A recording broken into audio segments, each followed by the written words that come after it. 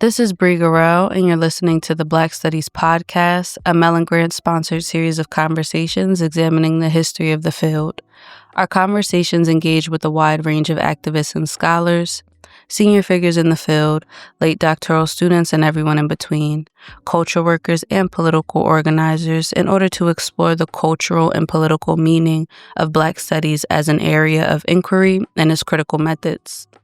Today's conversation is with Katherine Ponds, a late doctoral candidate in the Department of American and African American Studies at Yale University. Her research explores the relationship between ancient Greek notions of the tragic and contemporary African American theater. In this conversation, we discuss the relationship between classics and work in Black studies, comparative work as Black study in scholarship, and the varied resonances of the tragic in descriptions of Black life in an anti-Black world. Good afternoon, everybody. Katherine, it's great to have you on the Black Studies podcast and co-hosting today with Bree. So I hope everybody's doing well. How are you? I'm doing great. I'm really excited to have Katherine on the pod today. Katherine, how are you doing? I am amazing. Long-time listener, first-time caller. Yes. So I'm really excited to be here. With both of you. I really admire your work here, but also both of you as people. So couldn't be better. Thank you so much. Well, let's get right into it. I want to ask you a little bit about your work, its evolution, specifically what questions in the study of Black life intrigue you and guide your thinking and writing. We'll talk a little bit more about how it relates to the field of Black studies in a bit, but I just want to hear about the trajectory of your thinking over the years from undergrad to grad school, and if there were any key moments in your journey that led you to Black studies. Yeah, so I started out at Amherst College, and I went into college certain that I was going to come out of college a high school history teacher. And, my interest in history really stemmed from, I'm from the DMV. Born in D.C., family has been in Northeast since the 40s, but grew up in Arlington, Virginia. And history was always the class, even just only being across the river, being in Virginia, Arlington is named after Robert E. Lee's plantation. My high school was named after Robert E. Lee. The high schools we, played sports against, Jeb Stuart, T.C. Williams. It was always, history was the opportunity to talk about this, to relitigate these narratives. Over and over, I would hear teachers say, Robert E. Lee is the greatest general in, the history of this country. So we all need to really respect that, and that was so different from what I was hearing at home, and being around my grandparents who came, to DC from the Carolinas, and their stories of migration, their stories about their own history, about African American people, they felt so vital and important. And I felt like history was a battlefield that I wanted to be on the front lines of. I wanted to be on that terrain, getting to the kids, So that was, I was totally invested in that. And then I got to college and I took a history class, and I also took Intro to Black Studies with Professor Drabinski and Kareem Polk. Yeah, it was co-taught. It was a very, very influential class for me. I took Intro to Black Studies, and I took Latin lyric poetry. Those courses changed my life. And I was like, I thought I cared about history. This is, these courses are the reason why I care about history. It sounds very late to say now that I was 18 when I learned gender was a construct, but I learned that in this Latin class. when we were reading this Roman poetry, and it became very apparent that they conceptualized gender differently. Not better, but differently. And that was mind-blowing to me. And that, like, then, in Intro to Black Studies, we're reading Du Bois, second week, we're reading Souls. Reading, How Does It Feel to Be a Problem? That was, totally breathtaking question. And so I was really taken. I was like, these are the conversations I want to be having for the rest of my life. Like, I don't want to be chronicling history. I want to be sitting with this book, with this poem. I want to be like taking in the beauty of this thing. I want to be inspired. I want to be affected. And I want to think about why I am so affected. So from there, right away, Black Studies Classics major, period. And I, I continued on, those tracks, and Black Studies really became something that I lived. I already lived it, but it was like the concepts that we were talking about in the courses, I was then talking about in the Black Student Union. I was then talking about in the Black Culture House. Like, it was everything to me.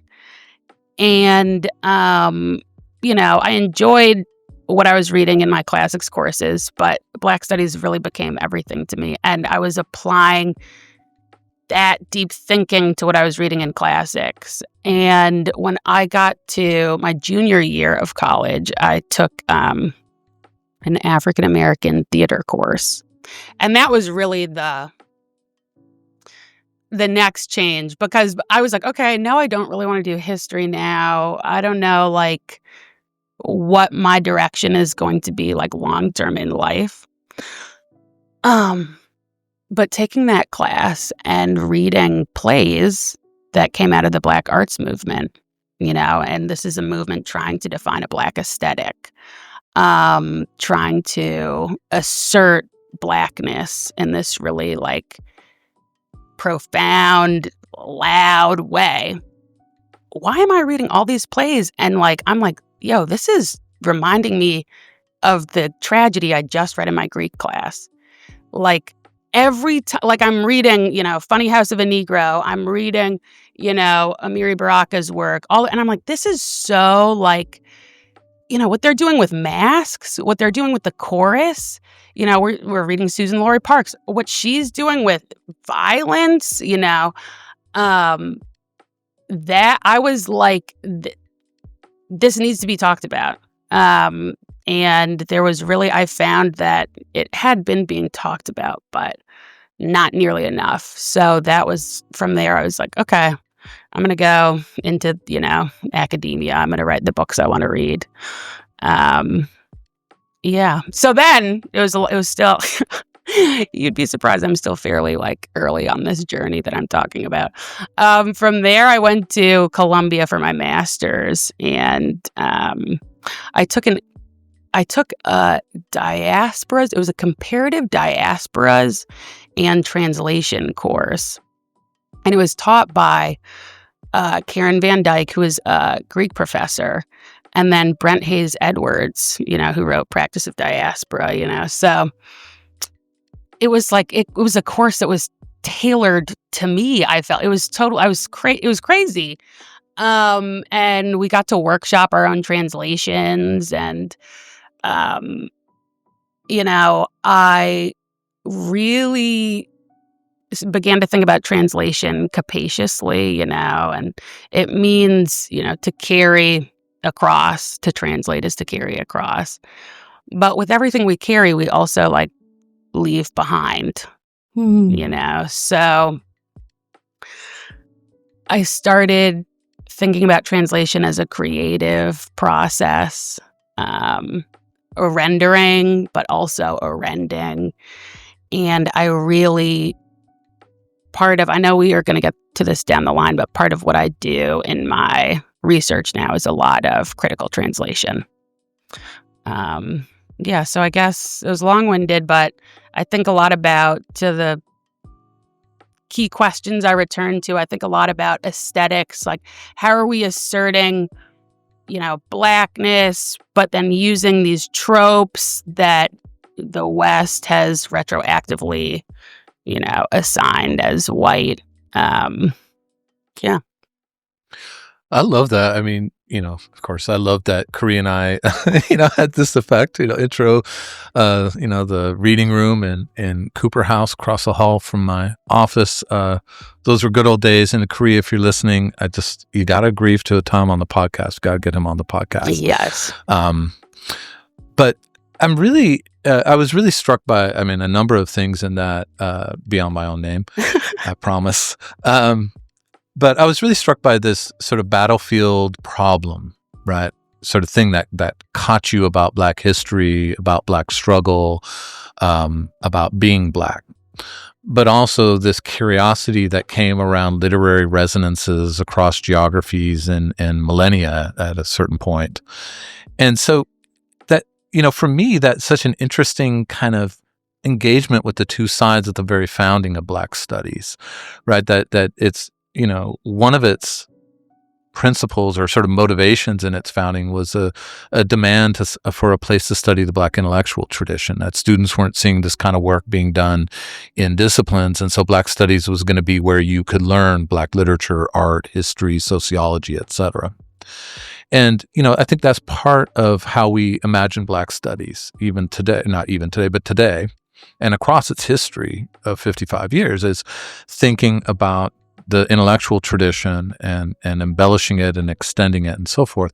But of course, also the founding of Black studies was that moment of the radicalization of Black liberation struggle, in which those distinctions between study and activism, between the classroom and political action, had really collapsed.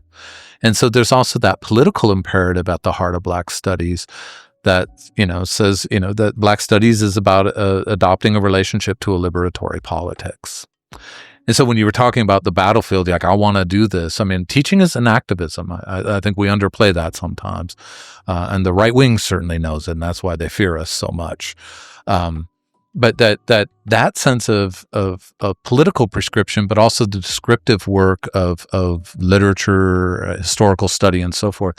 These are the foundations of Black studies. And so I'm curious to hear you talk a little bit about what portrait of Black studies you work with. You articulated your inspiration from those two poles. And sort of what is the image of Black studies that you work with? It's been 55 years since the founding of the field, but this tension, I think, between politics and intellectual life is still with us in how we think about it. So what's your portrait?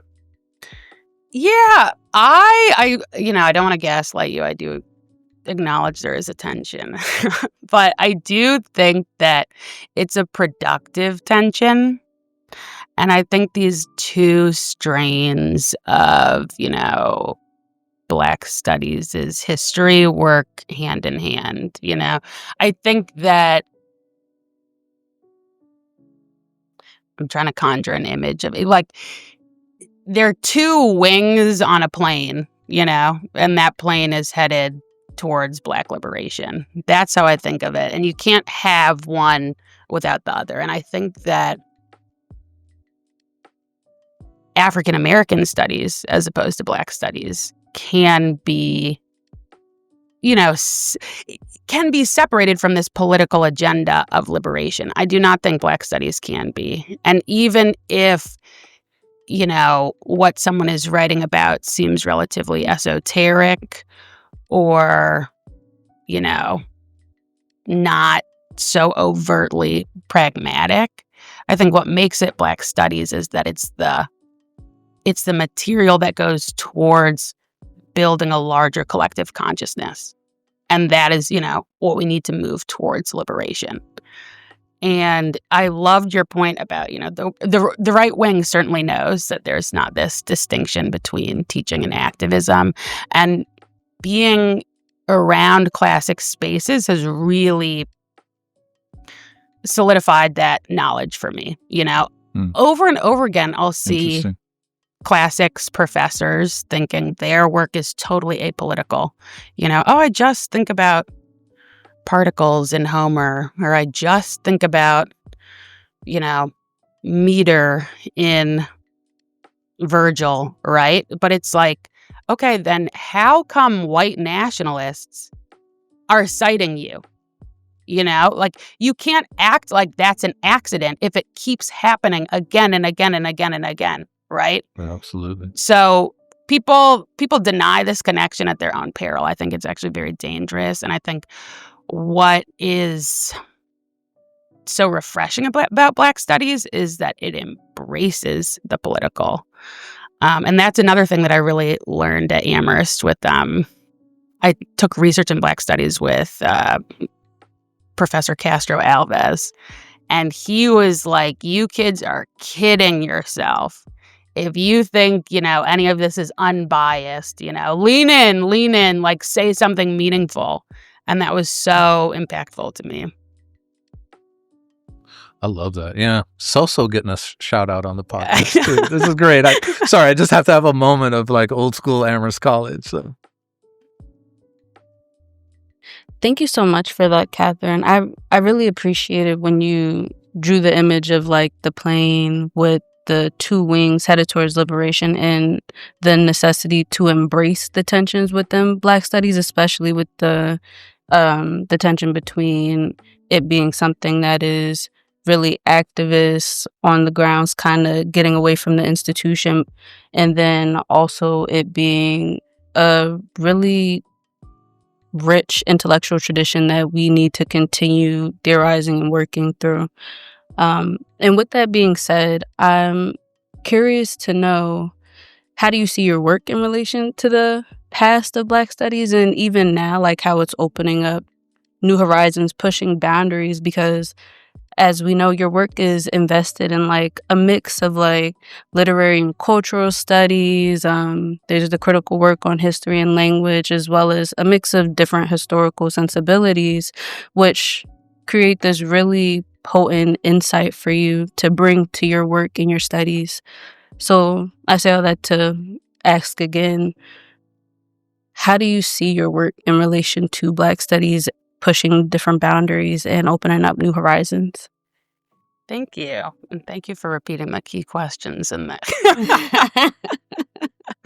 I see my work as very much building on research in Black studies about cultural production and creative practice in Black life. So I'm thinking about Moten, even going back to Henry Louis Gates, but this repetition with difference as this thing that, is central to Black cultural practices and the Black radical tradition. So that is well documented, well theorized in the field.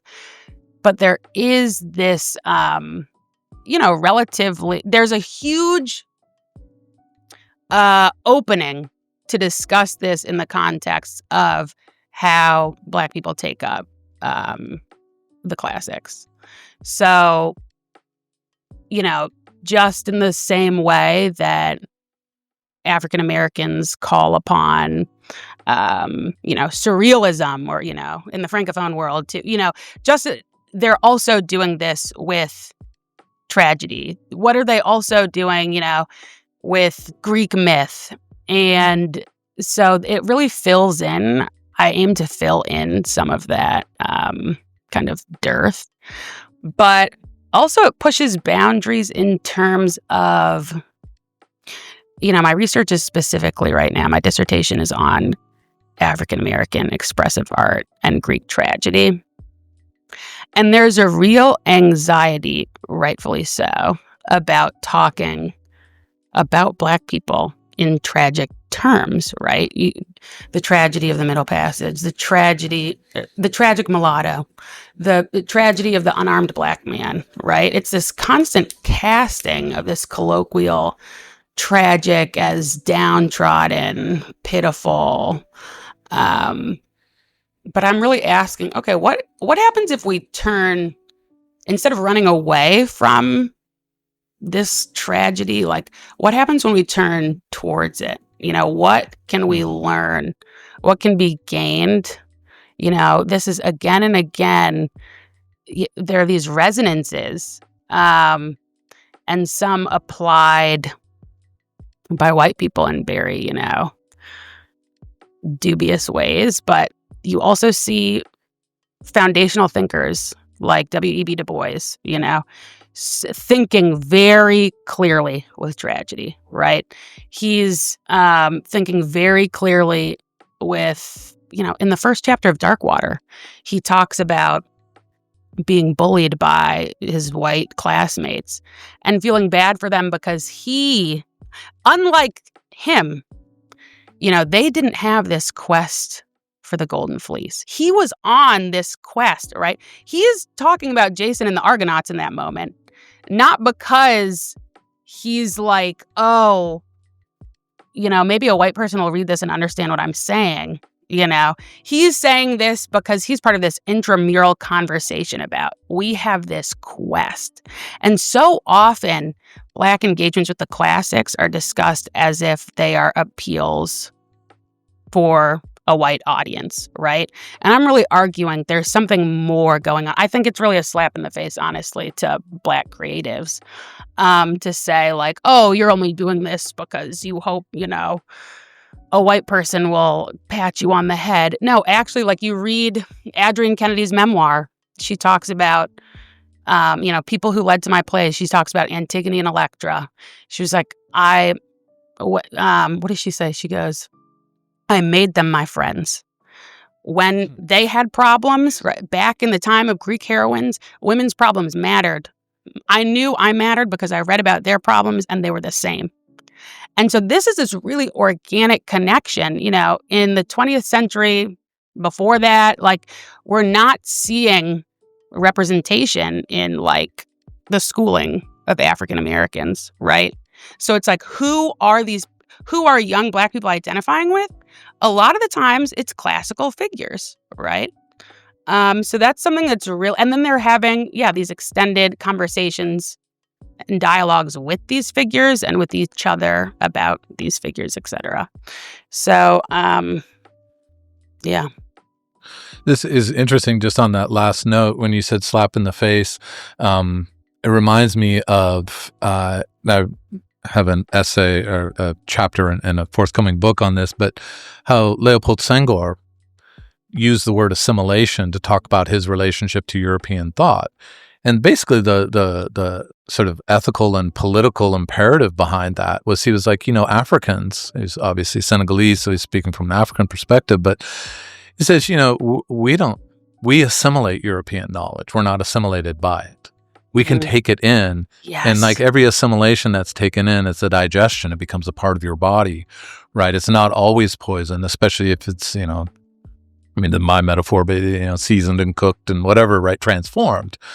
But, I think Senghor saw it as an insult to Africans to think that they couldn't come into contact with French culture except as alienated and dominated. And he's just sort of like, well, we got our own traditions. We just pull this in here and see what it illuminates and what it doesn't. So when you said that slap in the face, I was like, yeah, that's important. And also, when you're talking about Du Bois, his first teaching position was at, I think, Lincoln University, teaching Greek and Latin. Mm-hmm. Mm-hmm. That's not insignificant when he mentions, as you said, the Golden Fleece. Exactly. And to the point about alienated and dominated, we just, we take for granted that, the Germans and the British, the classics belongs to them, right? As if they were not alienated and dominated by the Romans, like, actually you are alien, but you have taken this up, it's become part of the archive, and now this is the narrative through which you alienate and dominate everyone else. So let me, sort of take a sort of further step on this question of your research and scholarship. Which you've articulated in all these really, really interesting ways. Podcast is worth it just for those comments alone. But when you described your education, right, you had gone from Black Studies and Classics as an undergrad and So those are two non-disciplines. I don't know that we would really call classics a discipline. You would know better than I, but I mean, it's literature, it's They love to say, like, we are it's history. OG interdisciplinary, you know. There you go. It seems like it to me. So, then you did your master's in African American studies at Columbia, and now you're in American and African American studies at Yale. And so, it's interesting to me, and why I was really excited to get you on the podcast is you're one of these guests who has never passed into Black studies through a discipline. That you've come to Black studies through non-disciplines and really through Black studies itself, along with classics. And so I'm interested to hear you talk a little bit about how you think that immersion sort of from first year in college to ABD, dissertation writer, in non-disciplinary work has shaped both how you understand and conceive and execute a research project, and if you have thoughts on it, also how you imagine and create a classroom. Let me write that last one down.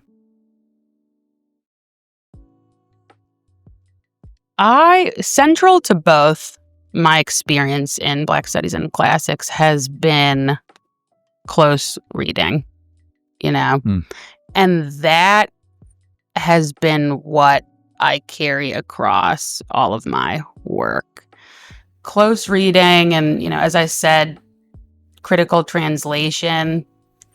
I'm constantly thinking about etymology, right? I'm constantly just sitting with texts and deconstructing and seeing what can be, through deconstruction, what can be built up, what can be created. So that's what I see as the through line through, my research practice. I think classics, when you're first starting out, it's taking you like 2 hours to translate like 40 lines of a poem, at least, So this patience as well, to work through a text rather than, also when you asked this question, what immediately came to my mind was this Annie Dillard quote about be careful. She goes, be careful what you learn, because what you learn is what you know. And, I think about, Christina Sharp says in The Wake, a lot of these methodologies that Black scholars pick up, we just learn how to reproduce our own annihilation. I butchered that quote, but something to that effect. And so what my interdisciplinary training has given me is, I guess I'm glad I didn't learn a lot of this. I wasn't so disciplined, and I'm able to think across fields and take what I think is important to use as tools to sit with an art object, a piece of literature. And also through that, this is also very, foundational to Black feminism, but also to my thinking and teaching is thinking with difference, difference as an enriching force. Lord says something to that effect. Something that's enriching and not threatening, she says. And I think there is so much. I think by nature a comparative thinker. I think there is so much to be learned when we juxtapose things with one another. And that really comes out in my teaching. I really want students to articulate difference, even within each other, amongst each other, I like conflict. I guess it all goes back to the battlefield. I really like conflict, and that's when the truth comes out, So I actually try and foster a classroom dynamic where people first and foremost are comfortable, like we are a community, And once we are safe in this community, people can say what they really mean, and it's going to be very different than, from one student to the next. And I do feel that increasingly, the way social media is, etc., people are not really disagreeing in polite company, in the classroom setting, right? So it's like, students know to throw out these terms about neoliberalism or they know, like, on the surface the right answer, but they don't know what they just said, So I really try and get beneath that with my teaching. And I also try and get beneath that in my own writing. It can be hard. I feel like in grad school, unfortunately, one of the things you learn is how to use more words to say less, So I try to This is the sad part of where education is so tied to imitations. Yes. Yep. Katherine, thank you so much. As you were talking, like when you first mentioned close reading as a method that really grounds you in your work, but then also the patience that is required to do that, through that process of, just deconstructing, sitting with text, really like witnessing and being present with them. I think that is so necessary within the work of Black Studies, and pulling on that principle of just thinking with difference and embracing it and allowing that tension, kind of how you spoke about earlier, just to be generative for us in our thinkings and our collaborations. I feel like that is so necessary. Thank you so much for that. So Thank you. I'm curious at this point to know, being that, Black Studies has been around as a discipline for the past 5+ decades. What do you think about let me rephrase this. What do you think Black Studies has done well as a discipline, or just maybe more broadly, just thinking about it even in its non-institutional context? And what do you think it has not done particularly well?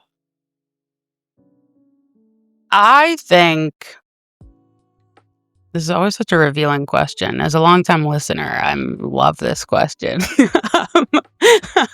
It is definitely the most hated in the series. People are like, I don't want to say anything bad, or I don't know. Exactly. I feel like that's so telling. Not me. I'm going to say bad stuff. But first, I'll say the good things. I think mostly Black Studies has done a lot. It does a lot well. And I think one of the most important things it has done is that it has implicated the archive as a violent and active violent force in the project of white supremacy. It's not this innocent collection. Oh, we just put some, facts together. This is what we gathered to share with everyone. No, it's actually, part of this larger political apparatus. Mm-hmm. And in exposing that, Black Studies has come up with its own language, vocabulary, explanatory apparatuses that have given voice to something that Black people already know in their bodies. Mm. But just in that voice in itself is so liberatory on a deep and personal level. Like going back to when I first read, how does it feel to be a problem? Like that hit me like in the gut. Like, this is what I've always been feeling. This is what I would have said. Could I have said it? And this is what I've always, I've never been able to articulate this, but again and again, reading texts in Black Studies, I'm like, exactly. This is what my body has been saying. And I couldn't articulate it. Right. So that I think, and you see that even with, back to this point about there's some esoteric, some just strictly intellectual. I was in a book club during COVID with all Black women friends of mine, none of them in academia, and we read In the Wake. And that was so affecting. I had read it before, but reading it for the first time with other people who were outside of the field completely and seeing that it changed their lives. My friend who's a Haitian ER doctor in Chicago, In the Wake changed her life. And that is no small thing. I think that it's really given a powerful voice to people who need one. You're not going to venture not done? Oh my gosh. How could I forget the most important? What it's not done well is, this is not as long, I guess. How it's been institutionalized. Like, people are so afraid of losing their jobs. And that's not, I'm about to be on the job market. I really, really want a job. But with that being said, why did you get into Black studies if you care about a job? Like, I don't think that's right. So I think people are more worried about security. People are more worried about fitting in the academy than they are about speaking up about genocide. And that is like, it's unspeakable how upsetting it is, the relative silence in Black studies departments on Palestine. Yeah, it's interesting. I mean, there's a similar kind of thing comes up in so many podcasts, but even just thinking about your own phrasing and you're sort of coming back again and again to this being a problem as a centerpiece of your own journey into the study of Black life, Black studies, but also that, for me, it kind of comes back in that comment you made, like, what does it mean to be a Black studies department? That's a problem. Mm-hmm. In what ways are we and are we not problems for the institution? Because we often can be either underfunded and ignored or underfunded, but also exalted because everything you do is like a great public face. And those things are, the underfunded thing sucks and it's unjust and it's plantation thinking and all of that. So I'm not going to skip over that. But, it's good to be exalted. It's good to see our work valuable, even if administrators think it for crass reasons. They think everything for crass reasons, so this is just on the list. But one of the things I come back to myself, and this is a self, like an introspective thing, both for my person, but also my collective group, a department, is what if we are always celebrated and we are never a problem? And we are never pissing off the people who run a white supremacist institution, which every institution is at some level. I'll just go ahead and say it. I have tenure, but also I don't think that's controversial. I think that's like remedial Black studies. Yeah, but, if we're not a problem, maybe that's a problem. Yes, that's the biggest problem. But being a problem is difficult because it means insecurity around funding, support, and just the esteem. Because esteem from an administrator or a boss of any kind is gratifying. Like, we want that. Like, we like that. It makes us know that we have a way to pay our mortgage or student loans or whatever. But being a problem, I just see that way that's recurring in what you said. Sorry, I'm not trying to turn this into the John Drabinski podcast, but it's just really struck by the convergence of all these things. Yeah. Totally. And around the question of genocide and being a problem, I'm like, if there was anything to be a problem about, it would hopefully be genocide. It's like, this is actually what we're here for. I was telling Brielle the other day, like, Black studies is built for the crisis. So lock in, like, what's going on?